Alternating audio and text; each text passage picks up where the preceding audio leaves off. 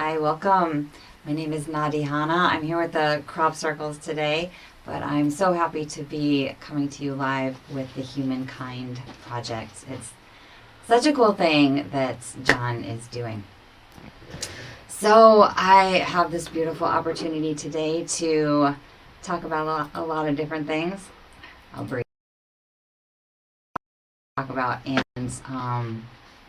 I hope they're interesting for you because they're interesting to me. Some of the subjects are about metaphysics and existential musings because it's important to have deep contemplations about life, I think. So that's what I sit around and do here in Sedona, Arizona. I feel really blessed to have some time to think about what's going on in the world and to reflect about how to be here, how to be on this planet, how to be trying to tap into, the most of who I am, and then talking to other people about tapping into the most of who they are. Because we are so much more than we've been told, and I'm sure I'm preaching to the choir if you're watching this. But,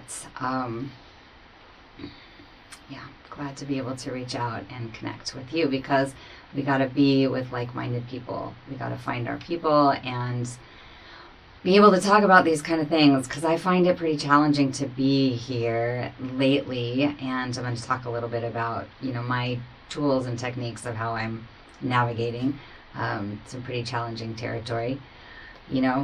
Came in for the tour of duty, part of the ground crew here on the planet, and doing some good work, but also need some reinforcements with each other, with good self-care. And so I'll talk a little bit about those things. And then also I'm going to have crop circles going on in my background because they are one of the things that are helpful to me. I would say mostly because they help me remember my star origins and connect to our off-planet families. And that's just getting right to it. That is one of the biggest tools that I have is connecting with higher intelligence and remembering my galactic family.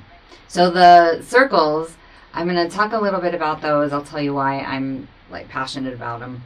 But I'll tell you a little bit about myself first, and then I'll get into why they are scrolling on the screen behind me because I like to have them around all the time. And I'll probably see one that I kind of flip out about and then want to go into the story about it.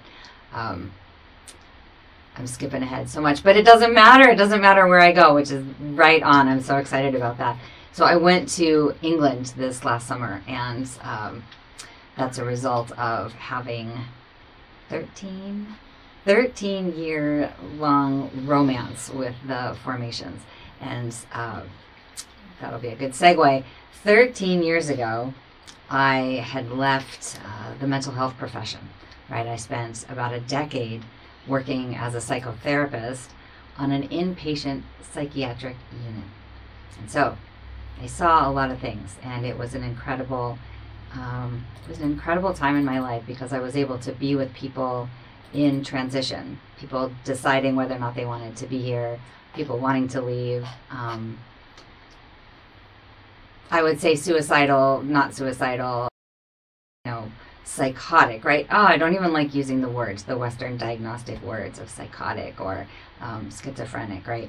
We have diagnosis, but we also don't have much of an understanding of non-consensus reality experiences.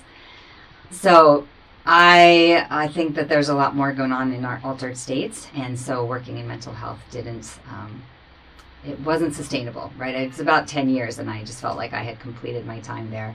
And I had done a lot of work on myself. I had been a practicing yogi and very disciplined meditation, I would say disciple of a practice, but, really dedicated inner work.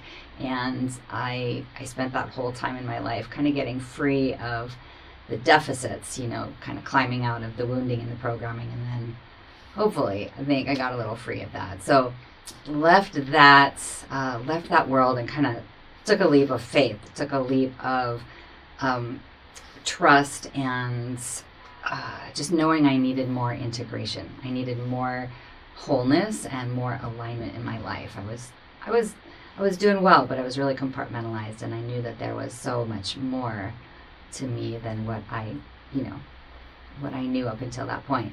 Look at that one, isn't that beautiful? Lovely eightfold geometry sitting in the center there, all the people. I got to sit in one and be in the center of one, and I'll talk a little bit about that because it's awesome. I love to draw them. I love to draw them with people, and I love them because they are activating, right? It's not just like, oh, the crop circles are cool. Obviously, there's a lot of cool information about them, but they're activating, right? I took a leap of faith because I knew there was more. I knew it needed to get turned on, and as soon as I leapt, there's so much to say about that one. As soon as I leapt, I found sacred geometry, and I found unified physics. And ultimately that took me to the crop circles, right? Because sacred geometry, universal language of math, unified physics, working with unity consciousness and looking at the geometric patterns of everything in the universe, you can't help but be drawn to the crop circles and their geometric formations, right? So yeah, leap of faith, sacred geometry, unified physics, crop circles, light language, started to do all of the things that we know we can do because I was hanging out with the different tools, the different modalities of activation, right? And we've all got them. We've all got so many practices and modalities and support systems in place, and we need them right now. We need a lot of support systems. So these are my passions, the geometry, the crop circles, whales and dolphins. I have a whole toolkit of support that I call on to be surviving this place, honestly. And I'll talk about those. But I know that we've all got our own toolkit. So when I'm talking about mine, it's just an invitation to remember that yours are available to you. And we just need reminders, right? We know what's good for us. We know how to get to wholeness. But we need assistance because this world is, I think, really fragmenting and not supportive of wholeness and practices that help us ground and be present. I'm kind of moving all over the place, like I'm skipping around, and the words kind of matter, but also kind of don't. Like my energy, the crop circle energy, the transmission is so much more than the words, right? So if you're watching this, tune in on the other levels, right? Because there are activations that are happening just with the person to screen, person to person, like talking to each other through time and space. That can be what's really important of all this, right? Like I'll talk about crop circles, I'll talk about my tools and my tricks and how I'm navigating things, but really you watching this, just knowing that there's another person working on being a person and being humankind, right? Just the energy's the validation. So the information's cool. Oh man, that's one of my favorites. That's the sigil to my starship, pretty sure. I'm trying to pace myself. There's so much to talk about. I haven't even finished my story. So, right, got to get to the multidimensionality. That one is part of it. Started to get into the crop circles. Had activation after activation where I just got like really compelled and kind of obsessed about them and would draw them. And I brought some of my drawings today just in case you want to see them. And the drawing was its own trigger for, we could say, my higher dimensional DNA, all of my multi-dimensional capacities starting to come online. I met an individual that really shared some information that I was able to step into because I was allowing for the activations to happen. And with that encounter, I started understanding myself as a multidimensional being, understanding simultaneity, and that there are aspects of me on other planets, on other star systems, other galaxies, starships, there's all these different aspects of ourselves. We're just one representative. We're just one aspect, one manifestation of that oversoul. And so that's obviously my belief system, but it's also my personal experience, right? I started to be able to travel to the most beautiful places, that are alive and energetic and connected and so beautiful. Being able to like telepathically communicate with an entire city that recognizes your frequency when you step out of the quantum fields into visiting part of your home planet and your home familiar places. And so learning about myself and my ability to visit all of these different parts of me was simultaneously exciting and simultaneously depressing, because I'm here and this place isn't those places. And for those of you who know where you're from elsewhere and who visit or feel a deep connection, a telepathic connection, a heart connection to your star family, to your off-planet community, it can actually make it harder to be here. Like, it's this beautiful reminder, right? Those of us who can astral travel, or who are able to, have contact experiences where they go up to ships or they go and visit with their family.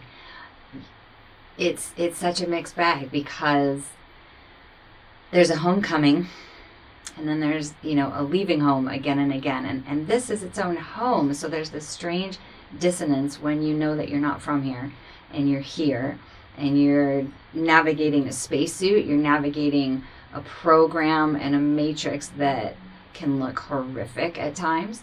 And so all of this paradox of this incarnation, I started to contemplate that. And when you tap into the larger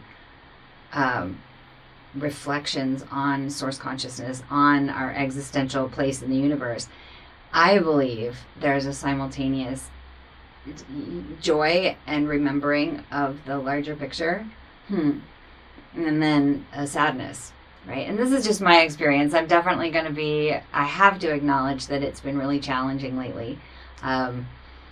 Looking at the crop circles, working with the geometry helps in like a soothing, comforting, like managing the homesickness kind of way.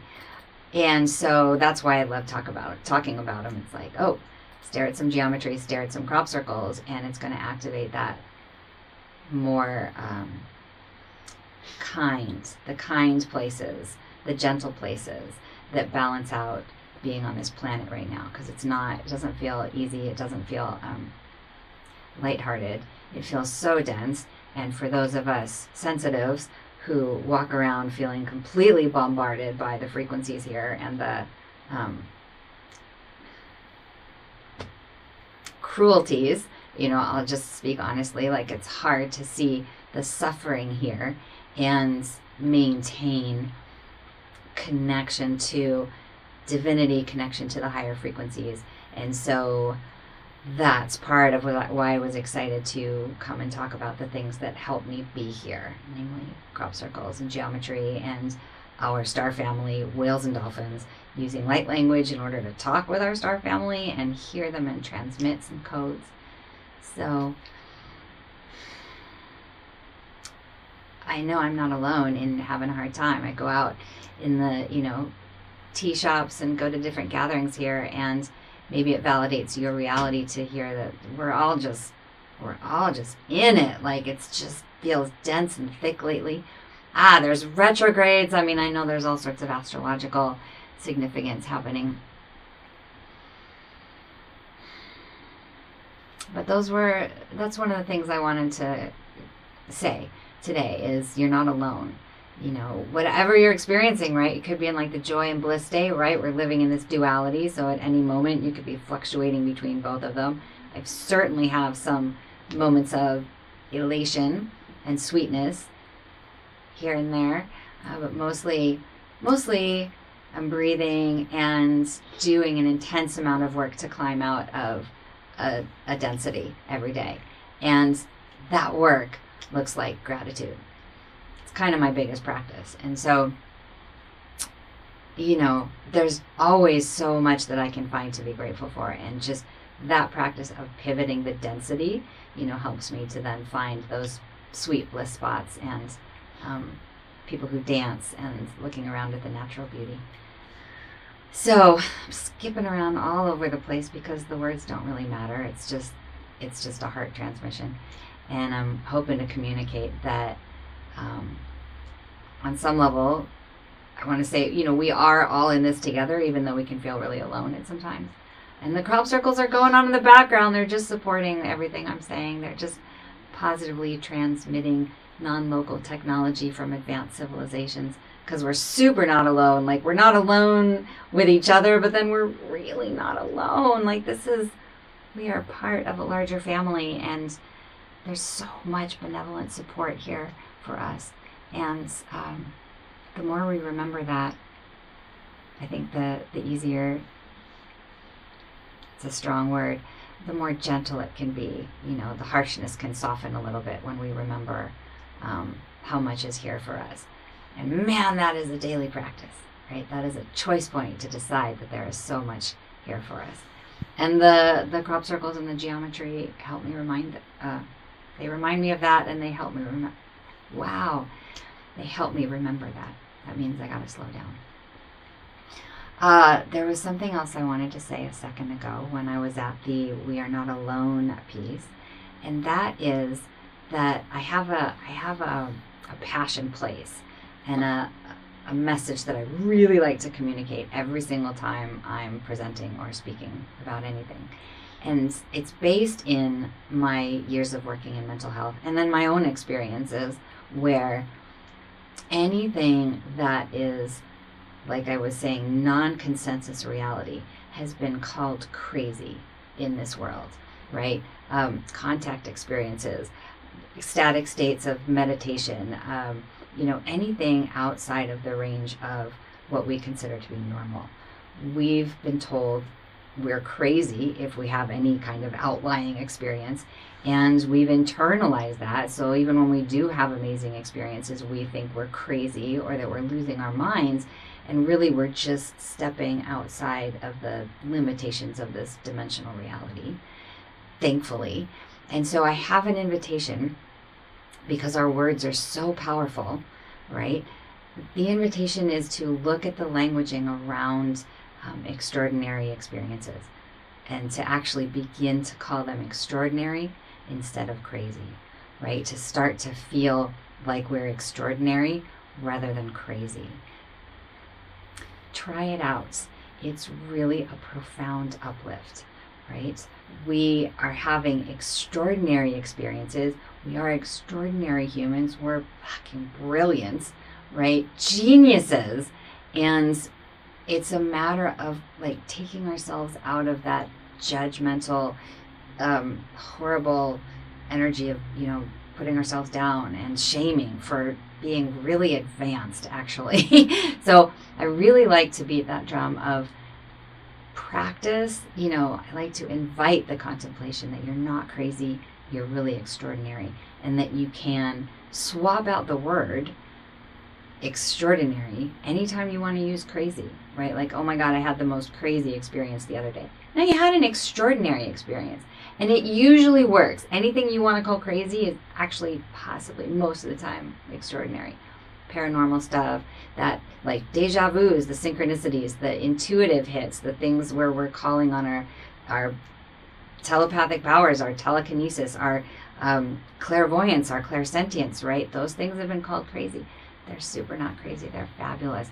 And I just say you're fabulous. There's always something fabulous and fantastic.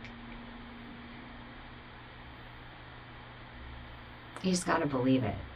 I'm choosing to believe that there's always something fantastic and fabulous. I can't claim that as a fact. I'm just choosing to believe it. I'm choosing to believe that I'm extraordinary. I'm choosing to believe that there are fantastic things available to all the time, that there is so much to be grateful for. And I'm choosing to remember our galactic family, which is part of why I choose to look at crop circles. And I'm bringing that up because I go back and forth between choosing high vibrational realities and choosing low vibrational realities. I got old programming that is painful, that is rooted in pain and shame, and I have to dig out of it all the time. So I wanted to sort of come together and just say, if you're having that too, you're doing awesome. We're doing awesome. Like, why not say that? Why not say we're awesome and extraordinary and geniuses? Because it feels better. It feels way better than the other stories. And I'll just finish up, and then I'll talk about some crop circles for another minute. But I work with Abraham sometimes. Abraham Bashar, all the teachers, all the tools. But one of my favorite things that Abraham said, it's like I come back to it when I'm drowning a little bit in the negative stuff, is thoughts are just energy, right? Thoughts are not true, and thoughts are not false. They're just energy. And so what do you want to feel, right? Like, if we are these beings of light, these divine beings, then all of the beliefs that take us away from feeling divine are false. That's how I determine falsity, is disharmony, constructs that are designed to make us feel bad. So I'm kind of always doing this sorting process of like, well, how does that belief make me feel? Feels like shit? All right. What's the opposite belief? What can I find? And so just, man, one foot in front of the other. One foot in front of the other. And that's my thing. I don't know. I hope some of it made sense. So I'm a very non-linear thinker. I'm a very multidimensional thinker trapped in a third-dimensional reality that's very linear and limited sometimes. Sometimes you find people like John and the Humankind Project that resonate, that relate, and where it feels good to talk and connect. So usually sacred geometry and crop circles connect me with those people. So if you're watching this, find me in other ways. I have websites. It's somewhere. There it is. Got my website. Reach out, because being together in these times helps a lot. All right, so we just drew that one. Perfect timing. Check this out. Oh no, John, my bag is right there. Shit. I want to show you that I drew that one. It's just the yellow, the binder there. So thank you, because I appreciate that. I brought my drawings so that y'all could see, because one of my favorite things to do, is that going to work if I'm holding it up? Yep. Yeah, it's going to work, is draw them, right? Because they are a tool for activation, right? I could talk about the details. I could tell you that, the phenomenon's been going on for decades, long time. And I could tell you that most of them happen in the southern fields of England, in the Wiltshire County and the area of the world where the ley lines are concentrated in their intersections. Very, very charged area, place on the planet, and also the geology is significant. There are so many cool and fascinating areas of study with crop circles, and I could go into so many of them, but I'm going to stay with the really fun, extraordinary stuff. That one is the interpretation from the circle makers of a satellite broadcast, right? Which is part of how they communicate versus our radio broadcasts, right? They have been decoded both in literal ways and also in esoteric, multidimensional ways. Like, for example, there's a lot of channels and they see different aspects of the formations. Maybe we'll have one here that will give us an example in a minute.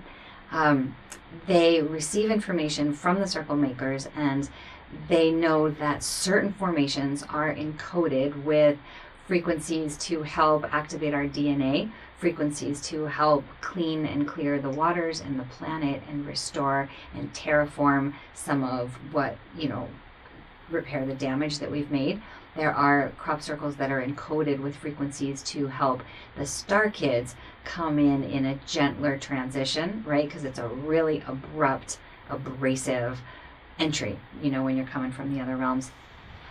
And they are encoded with all sorts of things that can help us and our physiology and our psychology and our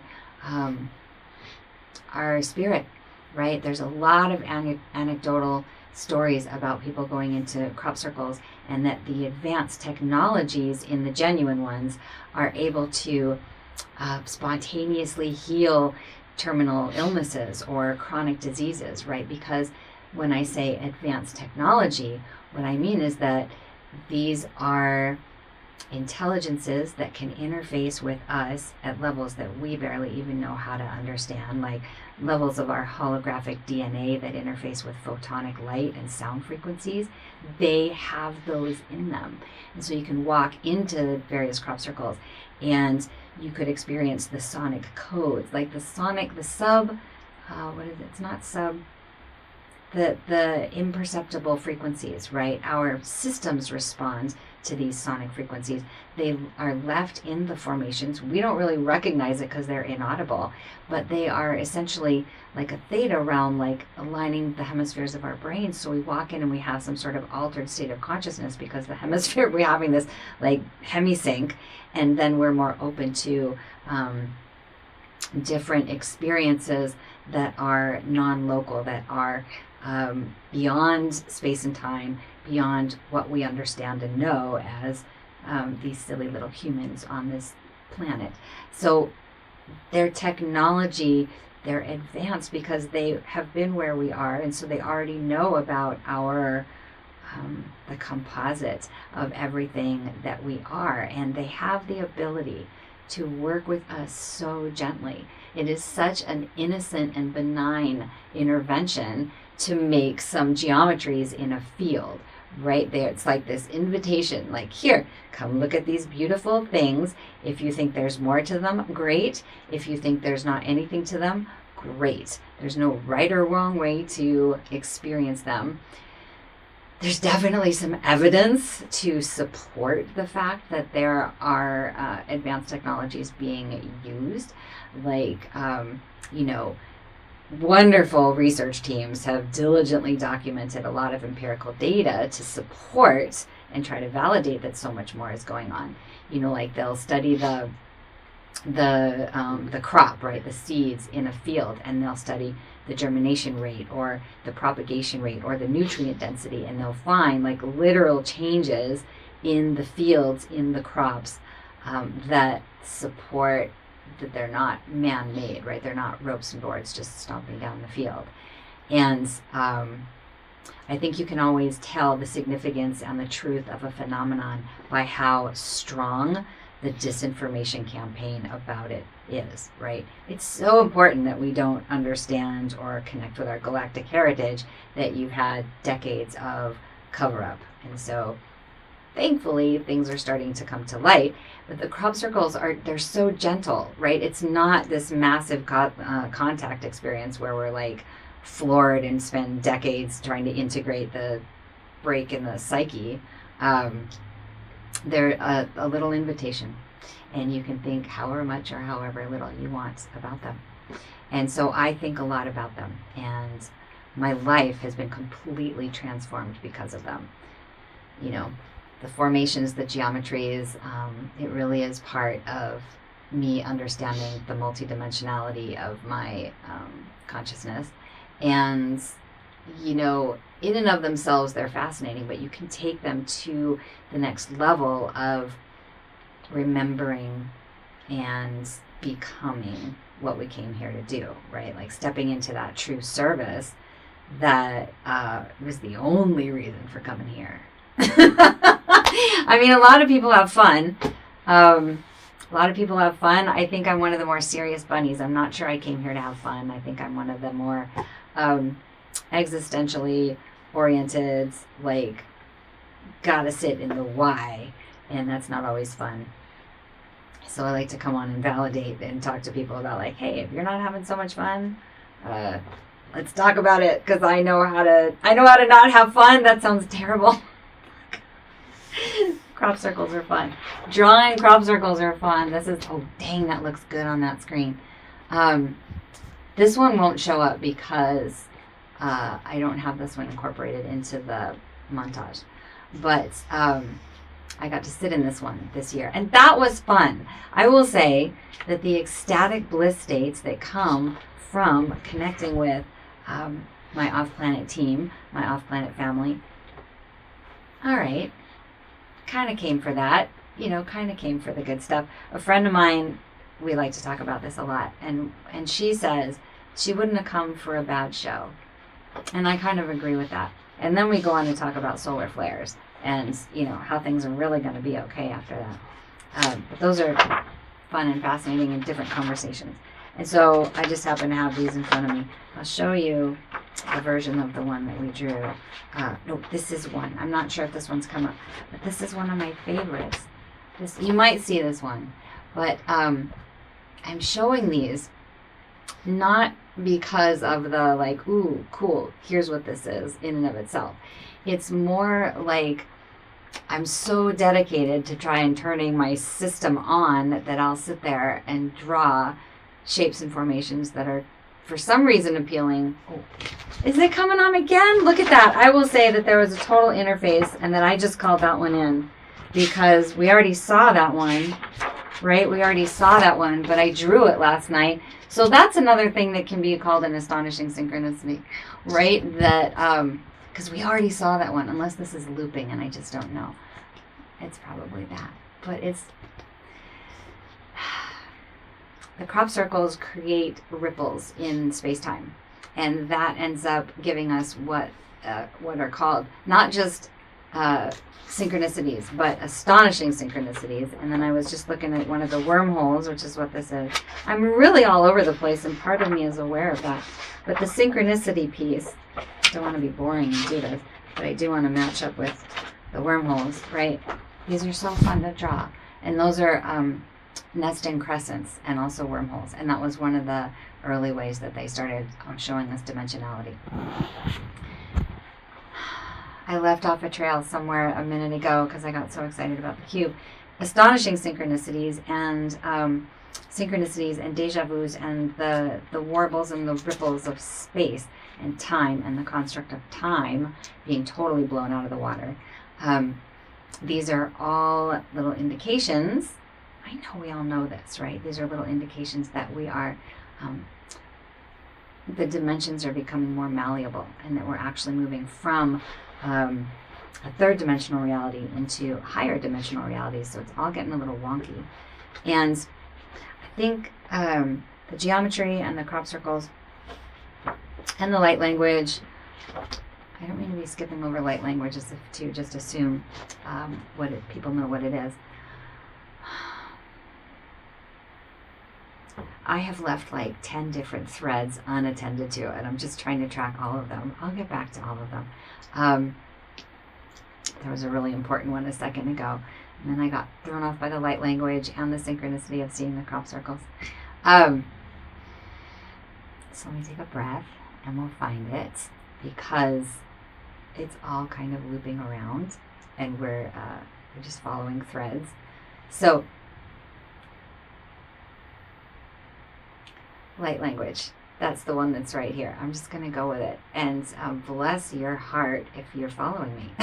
You're tracking what I'm saying. Because maybe you even talk like this and think like this too. There's so many of us. Sometimes we're called autistic. Sometimes we're called really sensitive. And sometimes we're called extraordinary and brilliant. And so I'm going to hang out on that end of things. So light language is a transmission of light and sound, a lot of times channeled information coming from higher dimensional realms, different advanced civilizations. And when we start to open our psychic abilities by working with the tools and modalities that are designed to do that, we can start to receive more and more information that is bringing our systems online, that then brings more of our systems and our capacities to the forefront to be of service. That was the one I wanted to come back to. Like, the reason I talk about all this is to remember remember that there is a point, right? There is a point to being here. There is a service to humanity, to the planet. I know I answered the call of the planet, but it's not purposeless, right? Here I am. This is my belief. This is what keeps me going. We showed up not just for a good show, but for very high purposes of transition and transformation and humanity's evolution. Like, we're part of a really important team. We're part of a ground crew, and we've got so much support. That's another one of the threads. Like, it's so important that we're here. It's so important that we're here. And I think that's the thing that keeps me going. It's just, I don't want to think that that's just ego satisfaction. I truly believe on a vibrational level that the light that we carry is part of the transformation. And I am preaching to the choir. I am speaking to my family. I am here sitting in a chair trying to remember myself, but also connect and support those of us on this journey, in this density, this fucking place. I'm here talking about the things that help me have hope, the things that help me keep going when I look around at the programs being laid out and the suffering. I look to the people and the messages and the songs that are being sung. I would say the songs of freedom, but the songs being the frequencies of, liberation, right? I think, I'm not going to go down a lot of dark rabbit holes about human existence and how we've been influenced, but it can be heavy to carry a lot of information, and there's a lot of information out there right now, so you got to really be careful about how far you go down the rabbit holes. You got to stay in the light. Light code, darn it. Light code. Like, stay with this stuff. This is what can help us, is what helps me stay high vibrational in my frequency. And that's what I gotta do. That's when I'm of service. And so talk about it, talk with you all, and helps me stay in a love place, right? In a heart-centered place. And then we can anchor that. We can just walk around more and more. We don't even have to do anything, right? We're just live in our true nature, and then we all start to feel that. And then it's 100th monkey and quantum field influence, and then it's really happening. And so I've talked myself into believing that the good stuff is happening, because I think you have to look for it. I think you have to look hard for it. So maybe I'm making it not so hard to find. And I think the crop circles make it not so hard to find. And where's Metatron? It's right behind me.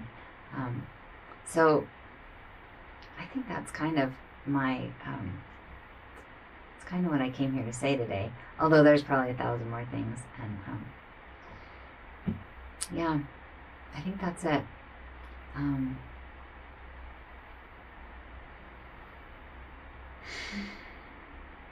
I'll just also say thank you for being here. Thanks for coming. It's a big job, and you're totally extraordinary and amazing for being here. So, go team. Thanks.